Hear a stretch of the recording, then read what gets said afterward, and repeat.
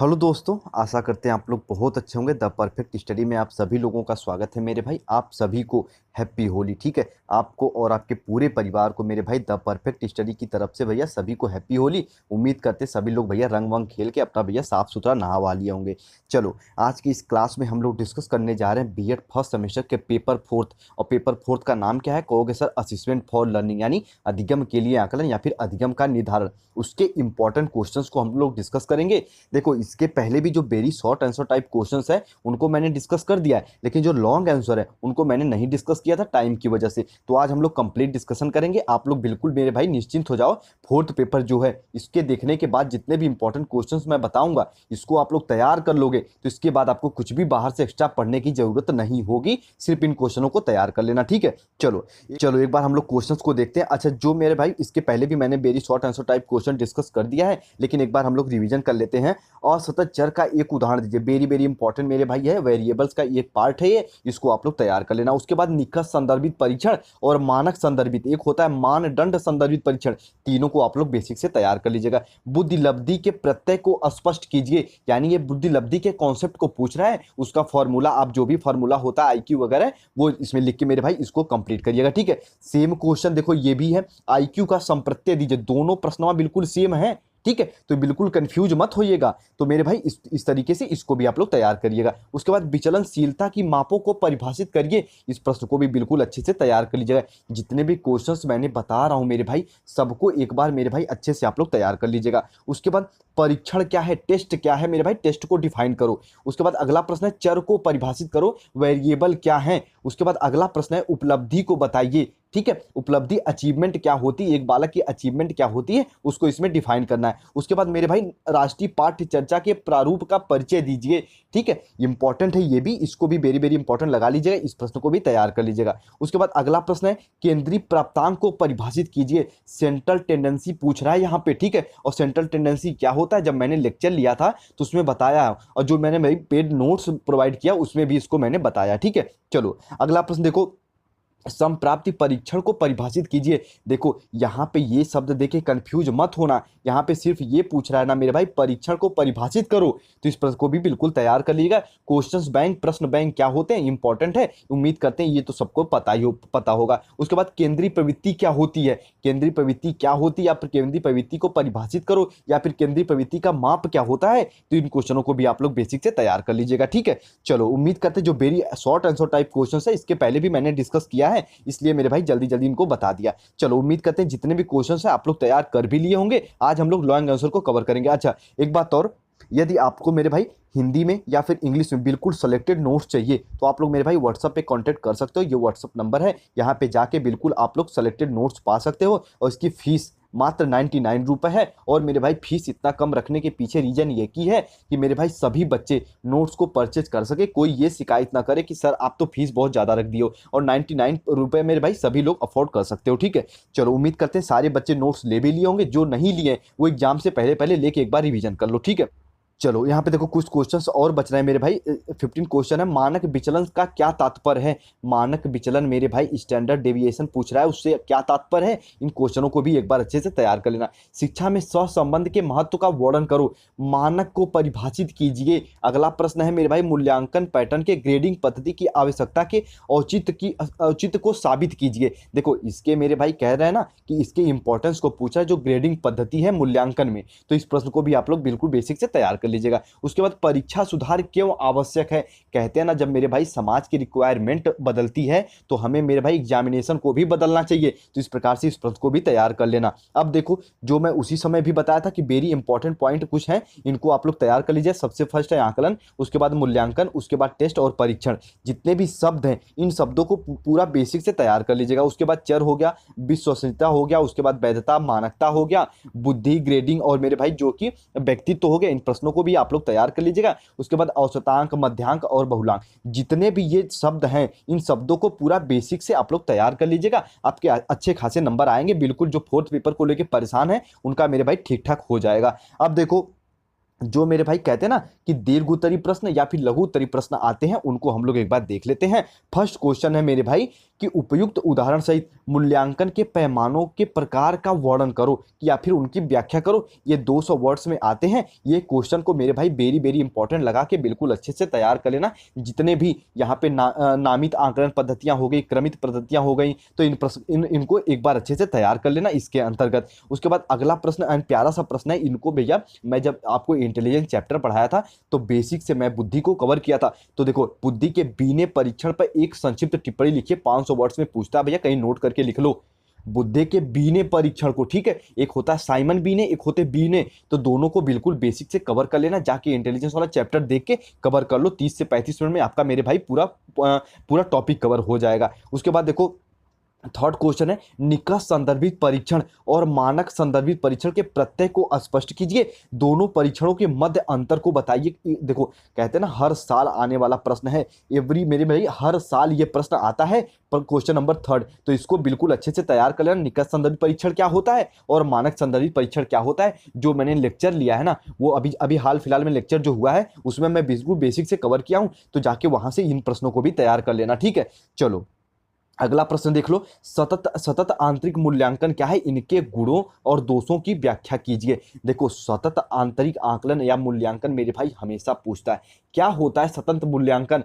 कहते हैं ना, जब कक्षा में हम किसी पाठ को पढ़ा रहे हैं, ठीक है, जैसे भैया घंटी लगने वाली है, उसके पहले जो मास्टर साहब रिवीजन नहीं कराते हैं, पीछे से कोनो लड़का को खड़ा कर देते हैं और पूछते हैं कि बताओ मैंने जो पढ़ाया उसमें से कोई क्वेश्चन पूछ लेंगे। अभी देखो यहाँ से सुनो, अगर मान लो मास्टर साहब मेरे भाई 8-10 देश की राजधानी बताए, भारत के बता दिए, पाकिस्तान की, बांग्लादेश की बता दिए, 3-4 देश की ऐसे राजधानी बता दिए, और जैसे ही क्लास समाप्त हुई और लास्ट में वो पूछ रहे हैं कि ये बताओ भैया भारत की राजधानी कहाँ है, तो पीछे वाला लड़का तो भैया उस पंखा उंखा चल रहा है, सो रहा है, उसको नहीं पता। तो ये क्या हुआ? सतत आंतरिक मूल्यांकन हो रहा है मेरे भाई। पढ़ाने के साथ साथ तुरंत जो हम बच्चों का मूल्यांकन कर रहे हैं, जो बच्चों का हम असेसमेंट कर रहे हैं, वही आता है मेरे भाई सतत आंतरिक आकलन या फिर सतत आंतरिक मूल्यांकन। उम्मीद करते हैं बिल्कुल अच्छे से आप लोग समझे होंगे, ठीक है। चलिए, जो अगला प्रश्न है वेरी वेरी इंपॉर्टेंट लगा के लिख लो। ये आपके कॉमन सेंस को चेक करते हैं ये एग्जामिनर, ठीक है। देखो क्या कह रहा है, एक परीक्षण की विश्वसनीयता गुणांक से आप क्या समझते हैं? एक परीक्षण की विश्वसनीयता गुणांक ज्ञात करने की किन्हीं 2 विधियों का वर्णन करो, ठीक है। पुनर्परीक्षण विधि मैंने बताया है। इसी प्रकार से 2 विधियों को आप लोग बिल्कुल बेसिक से कवर करके जाना। और परीक्षण जो मेरे भाई विश्वसनीयता हो गई, वैधता हो गई, मानकता हो गई, इन तीनों शब्दों को आपके जबान पे होना चाहिए पेपर 4 के पहले। आकलन, मूल्यांकन मेरे भाई, परीक्षण और वैधता, विश्वसनीयता, मानकता, कह रहे हैं ना एग्जाम से पहले आपकी जबान पे ये शब्द होने चाहिए कि भैया बिल्कुल कंफ्यूज मत होना इन शब्दों को लेके। चलो, उम्मीद करते हैं वो भी क्वेश्चंस आप लोग बिल्कुल बेसिक से कवर कर लोगे, ठीक है। और अगला प्रश्न देखो, जो बच्चों को डाउट भी रहता है, जो इंपॉर्टेंट भी है, क्या है मेरे भाई, प्रमाणीकृत प्राप्तांक से आप क्या समझते हैं? जेड प्राप्तांक, टी प्राप्तांक और मेरे भाई 9 मानक प्राप्तांक की व्याख्या करो। वेरी वेरी इंपॉर्टेंट है। कभी कभी ये पूछ लेता है कि जेड प्राप्तांक और टी प्राप्तांक में अंतर बताओ। देखो, मुझे इतना उम्मीद है ना कि अभी तक आधा से ज्यादा बच्चे जेड प्राप्तांक और टी प्राप्तांक को लेके कंफ्यूज होंगे। आज के बाद नहीं कंफ्यूज होंगे। बताए क्या होता है जेड प्राप्तांक और टी प्राप्तांक? देखो मेरे भाई, कोई एक बच्चा है ना, वो 80 नंबर पा, जो मान लो कोई एक बच्चा है वो 20 नंबर पा रहा है, कोई एक बच्चा 80 नंबर पा रहा है। 2 टेस्ट हो रहे हैं, एक टेस्ट में वो 20 नंबर, एक टेस्ट में वो मेरे भाई मान लो 80 नंबर पा रहे हैं। तो ये क्या हुआ मेरे भाई, ये तो इसका प्राप्तांक हो गया। लेकिन अगर हम समूहों में उसकी स्थिति का पता लगाएंगे, मान लो समूह में 100 लोग हैं, तो अगर हम स्थिति का पता लगाना चाहते हैं बिल्कुल सटीक, तो हम किसका प्रयोग करेंगे? जेड प्राप्तांक और टी प्राप्तांक का। उम्मीद करते हैं आप समझ गए होंगे कि जेड प्राप्तांक और टी प्राप्तांक का प्रयोग हम क्यों करते हैं। क्योंकि मेरे भाई किसी भी समूह में किसी बालक की स्थिति का पता लगाने के लिए उसका हम लोग प्रयोग करते हैं। और रही बात, मैं शॉर्ट में बता रहा हूं, कुछ बच्चों को अभी भी समझ में नहीं आया होगा, तो अगर टाइम मिल गया तो मैं जेड प्राप्तांक और टी प्राप्तांक पे एक तो क्वेश्चंस कराऊंगा। देखो मेरे भाई, कहने का मतलब है अभी समझते ही चलो, मैं समझा ही देता हूं कि आखिर जेड प्राप्तांक और टी प्राप्तांक होते क्या हैं। तो देखो ध्यान से सुन लेना कि आपका जब परीक्षण निर्माण होता है ना,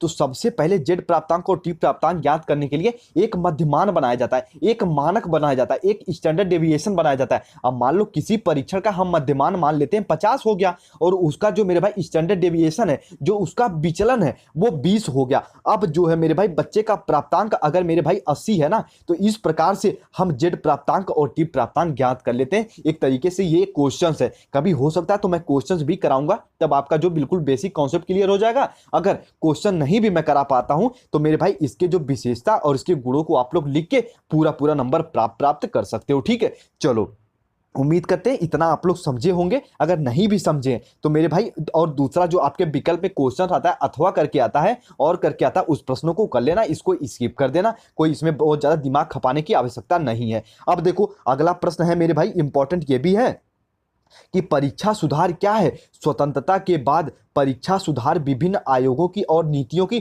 संतुतियों की विवेचना करो। ध्यान से सुन लेना, रिक्वेस्ट कर रहा हूं। देखो जो परीक्षा सुधार है ना, इसके बारे में तो आप लोग लिखोगे। उसके बाद जितने भी आयोग थे, 1952 वाला आयोग, कोठारी साहब वाला आयोग, 1986 वाला आयोग, जितने भी ये आयोग है ना, ये परीक्षा सुधार के बारे में क्या बोले थे उनको इसमें भैया बिल्कुल विवेचना कर देना हेडिंग डालते हुए। और कुछ यहाँ पे की पॉइंट भी बता देता हूं। ये बताओ क्या कोई भी आयोग ये चाहेगा कि परीक्षा सुधार अच्छा ना हो? तो अगर आप मेरे भाई 1986 वाला परीक्षा आयोग रेडी कर लिए हो, ठीक है, कि उनमें कौन कौन सा सुधार बताया गया था, तो अगर आप 1952 में भी वही लिखोगे तो आपको सेम नंबर ही मिलेगा। ठीक है, क्योंकि पॉजिटिव पॉइंटें कभी भैया निगेटिव नहीं होती। ठीक है, इस प्रकार से ये की पॉइंट है, कुछ कॉमन सेंस लगा के करोगे तो पूरा पूरा नंबर पा जाओगे। ठीक है, चलो अगला प्रश्न देखो, चर से आपका क्या तात्पर्य है? वेरिएबल से आप क्या समझते हो? इसके प्रकारों की सूची बनाइए, उनमें से किसी एक का वर्णन करो। देखो भैया 3 चर होते हैं ना, मध्यवर्ती, परावर्ती और मेरे भाई मध्यवर्ती हो गए, परावर्ती हो गए व स्वतंत्र चर हो गए। तीनों चरों को लिखना, उसके बाद उसमें से किसी एक चर को, मैं तो कहूंगा इंटरवेनिंग जो वेरिएबल है ना, उनको बिल्कुल बेसिक से डिफाइन करना, जो मध्यवर्ती चर है। क्यों डिफाइन करना? क्योंकि देखो मध्यवर्ती चर जब आप डिफाइन करना प्रारंभ करोगे ना, सबसे पहले उसमें आप स्वतंत्र चर के बारे में लिखोगे, उसके बाद उसमें जो मेरे भाई की आश्रित चर के बारे में लिखोगे, फिर जो है कि मेरे भाई मध्यवर्ती चर के बारे में लिख दोगे। क्योंकि देखो स्वतंत्र चर में कौन आते हैं? कहोगे सर जी टीचर्स लोग आते हैं। और मेरे भाई मध्यवर्ती चर में कौन आते हैं? जो टीचर और स्टूडेंट के बीच जो मेरे भाई रिलेशन जो स्टेब्लिश करे वो आते हैं मध्यवर्ती में। और मेरे भाई जो आश्रित चर आते हैं वो स्टूडेंट है, वो मेरे भाई अपने सर पे डिपेंड रहते हैं, इसलिए उन्हें आश्रित चर कहते हैं।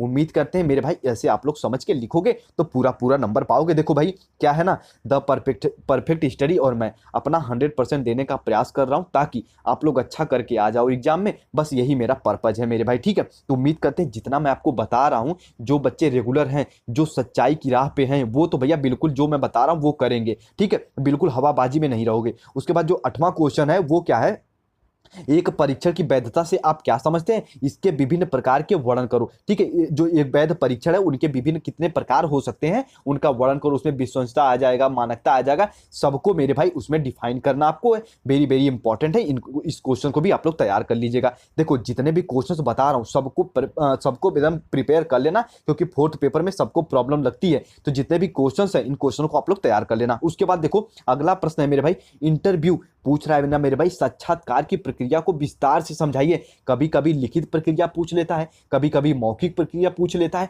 देखो क्या आप नहीं जानते इंटरव्यू क्या होता है? सामने 2 मास्टर बैठे रहते हैं और भैया एक तो टेबल पे आपको बैठा के आपसे क्वेश्चन आंसर करते हैं। यही तो हो गया मेरे भाई इंटरव्यू। इसको आप अपने लैंग्वेज में कैसे लिखते हो ये मायने रखता है। ठीक है, इसके गुण और इसके दोषों को बताइए कि इसमें कैसे मेरे भाई कि किसी के साथ भेदभाव हो सकता है, किसी के साथ भेदभाव किसमें नहीं हो सकता है। तो इनके गुणों और इनको दोषों को आप लोग बताओ और मेरे भाई इस तरीके से ये प्रश्न बिल्कुल कंप्लीट हो जाएगा। अब देखो जो सबसे इंपॉर्टेंट चीज आती है कि इसमें हमको लिखना क्या है। देखो कि राष्ट्रीय शिक्षा नीति 1986 के बारे में वर्णन करो। अब कहोगे सर जी वर्णन हम क्या क्या करें? तो ध्यान से सुन लेना वर्णन में क्या करना है। ये 200 वर्ड्स में पूछते हैं ऐसे क्वेश्चन और कभी कभी 500 वर्ड्स में भी पूछ लेते हैं। तो 1986 के बारे में आपको वर्णन करना है। तो मेरे भाई ये जितने भी प्रस्ताव दिए थे, ये जितने भी सुझाव दिए थे, उनको इसमें वर्णन करना है। थोड़ा बहुत 1986 के बारे में लिखना, राष्ट्रीय शिक्षा नीति के बारे में। उसके बाद नीचे हेडिंग डालना है 1986 के सुझाव, राष्ट्रीय शिक्षा नीति 1986 के सुझाव, और कम से कम 10 से 12 पॉइंट आप लोग बिल्कुल अच्छे से लिख देना, आपको पूरा पूरा नंबर मिलता है। उसके बाद अगला प्रश्न और इंपॉर्टेंट प्रश्न ये भी है, तात्कालिक परीक्षा सुधार के प्रयासों का वर्णन करो। जो परीक्षा सुधार में आप जिन भी आयोग का वर्णन करते हो ना, किसी आयोग को उठाना और मेरे भाई इसमें उसका वर्णन कर देना। ठीक है, चलो उम्मीद करते हैं इन प्रश्नों को भी आप लोग समझे होंगे। और चलिए अगला प्रश्न ये भी इंपॉर्टेंट है मेरे भाई, शिक्षा में इनकी उपयोगिता के साथ मध्यमान, मध्यांक और बहुलांक को मेरे भाई बिल्कुल अच्छे से समझाओ। ठीक है। देखो जितने भी मैंने ऊपर शब्द बताए थे ना कि वैधता क्या होती है, मानकता क्या होती है, विश्वसनीयता क्या होती है, आकलन, मूल्यांकन, परीक्षण, मध्यमान, मध्यांक, बहुलांक, इन शब्दों को बिल्कुल तैयार कर लीजिएगा क्योंकि ये आपको पूरे पूरे नंबर देते हैं। देखो 8 से 10 शब्द हैं, इन शब्दों को तैयार कर लोगे आपको पूरा पूरा नंबर मिल जाएगा। ठीक है, चलो अगला प्रश्न देखो, मूल्यांकन क्या है, इवैल्यूएशन क्या है, मानक संदर्भित तथा निकट संदर्भित परीक्षण में अंतरों की व्याख्या करो। ऊपर भी मैंने इसको बताया था कि इसको जाके एक बार चैनल की प्लेलिस्ट में जाके मानक संदर्भित परीक्षण और निकट संदर्भित परीक्षण को आप लोग एक बार अच्छे से प्रिपेयर कर लेना। ठीक है, अच्छा जो मानक संदर्भित परीक्षण होता है ना मेरे भाई, ये हम कह सकते हैं मोटी मोटा तौर पे जब इन दोनों की तुलना करेंगे तो ये कलेक्टिव होता है, ये समूह के पर्सपेक्टिव से होता है। और जो निकष होता है ना, ये मेरे भाई इंडिविजुअली होता है, ये बालक की विशेषता में भी विशेषता को बताता है। इस प्रकार से वहां से जाके इसको भी आप लोग तैयार कर लेना। और इवैल्यूएशन क्या होता है, मूल्यांकन क्या होता है, आपको पता होगा। और देखो ध्यान से सुन लेना, मूल्यांकन के लिए एक ट्रिक बता देता हूं क्या होती है। ठीक है, देखो ध्यान से सुन लेना, अगर पूछे मूल्यांकन क्या होता है तो सबसे पहले आप लोग सिर्फ और सिर्फ पहले मूल्यांकन लिखना और उसके बाद मेरे भाई ये सिंबल लगाना, इज इक्वल टू का सिंबल लगाना, उसके बाद लिखना मापन, उसके बाद लिखना मापन और प्लस, उसके बाद मापन और प्लस मूल्य। देखो मूल्यांकन किससे मिलके बना है, कहोगे सर जी आप बताए हो मापन और मूल्य से मिलके ही बना है मेरे भाई मूल्यांकन। इवैल्यूएशन इज इक्वल टू क्या होता है, तो कहोगे सर जी मेजरमेंट और प्लस मेरे भाई जो होता है वैल्यूज। तो अगर ये फॉर्मूला लिख देते हो तो पूरा पूरा नंबर मिलेगा भैया आपको, पूरा वो समझ जाएंगे कि हाँ बच्चे ने डीप जो स्टडी किया है। ठीक है, अब देखो जो अगला प्रश्न ये भी इंपॉर्टेंट है। देखो प्रश्न को देख के कभी भी कंफ्यूज मत होना, यहाँ पे संप्रत्यय देख लो तो कंफ्यूज हो जाओ, नहीं, ये सिर्फ ये पूछ रहा है ना कि बुद्धि के जो कॉन्सेप्ट हैं उनकी विवेचना करो। ठीक है, जो कि मेरे भाई शाब्दिक बुद्धि परीक्षण हो गया, अशाब्दिक बुद्धि परीक्षण हो गया, इनकी विवेचना करना यहाँ पे। ठीक है, और इसका मापन कैसे किया जाता है, जो बीने साइमन परीक्षण हो गया मेरे भाई, अल्फा आर्मी परीक्षण हो गया, इनको यहाँ पे कैसे इनका परीक्षण किया जाता है। उसके बाद जो व्यक्तिगत बुद्धि परीक्षण एवं सामूहिक बुद्धि परीक्षण की तुलना करो। कहोगे सर जी ये थोड़ा सा बताते चलो, देखो सुनी लो क्या होता है व्यक्तिगत बुद्धि परीक्षण। यहाँ पे आप मान लो टीचर हो, कुर्सी लगा के बैठे हो, यहाँ पे एक तो छात्र है, उसको बुलाए, सिर्फ एक छात्र को बुलाए और उसके बारे में आप लोग भैया जानकारी प्राप्त कर रहे हो कि बच्चे ने कितना सीखा है, बच्चे ने क्या क्या पढ़ा है, तो ये क्या हो गया, कहोगे सर ये व्यक्तिगत बुद्धि परीक्षण हो गया। अब देखो यहाँ पे आप कुर्सी लगा के बैठे हो, सामने कम से कम 10-20 लड़कन को बैठा के आप उनसे भैया पहाड़ा पढ़वा रहे हो, उनसे आप लोग किसी कविता को पढ़वा रहे हो, तो क्या हो गया, ये शाब्दिक बुद्धि परीक्षण हो गया। ठीक है, चलो उम्मीद करते हैं ये भी आप लोग समझे होंगे। अब देखो 15 क्वेश्चन ये भी इंपॉर्टेंट है, एक अच्छे परीक्षण की विशेषता क्या होती है। ठीक है, कहते हैं ना जो गुड क्वालिटी टेस्ट होते हैं उनकी विशेषता क्या हो सकती है आप बताओ। तो सबसे पहले उसमें मेरे भाई की मानकता होगी, उसमें विश्वसनीयता होगी, उसमें जो कि मानकता विश्वसनीयता उसमें वैधता होगी। इस प्रकार से एक गुड टेस्ट को हम लोग डिफाइन कर सकते हैं। ठीक है, इनमें से किसी एक के मापन का वर्णन करो, चाहे आप विश्वसनीयता को डिफाइन कर दो, चाहे आप मानकता को, चाहे आप वैधता को, आप लोग परीक्षण को आप लोग मेरे भाई डिफाइन करके इस क्वेश्चन को पूरा पूरा आंसर कंप्लीट कर सकते हो। ठीक है, जितने भी इंपॉर्टेंट क्वेश्चन बताए हैं मैं रिक्वेस्ट कर रहा हूं मेरे भाई सभी को आप लोग बिल्कुल प्रिपेयर कर लेना। और एक बार मैं फिर से बता देना चाहता हूं, अगर आपको फोर्थ पेपर में, चाहे थर्ड पेपर में, चाहे सेकंड, चाहे फर्स्ट पेपर में अगर कोई भी प्रॉब्लम लग रही है तो आप लोग व्हाट्सअप नंबर पर कांटेक्ट करके, और ये फीस कितनी है 99 रुपये। ठीक है, और फीस 99 रुपये इसलिए मैंने रखा है ताकि सभी बच्चे परचेज कर सकें, कोई ये ना बोल सके कि सर आपने फीस बहुत ज़्यादा रख दिया। ठीक है, चलो उम्मीद करते हैं जितने भी इंपॉर्टेंट क्वेश्चन बताया हूँ मैं सबको आप लोग जाके मेरे भाई एक बार अच्छे से प्रैक्टिस कर लोगे। इसका जो कि PDF मैं जल्दी टेलीग्राम पर शेयर कर दूंगा। चैनल पर नए हो तो सब्सक्राइब करके जुड़ सकते हो यदि आपको कॉन्टेंट अच्छा लग रहा है तो। ठीक है, आपके मन में कोई डाउट वाउट लगे तो इंस्टा ID पे भी जुड़ के मुझसे कुछ भी डिस्कस कर सकते हो। चलो अपना ख्याल रखो और अच्छे से पढ़ाई करते रहो।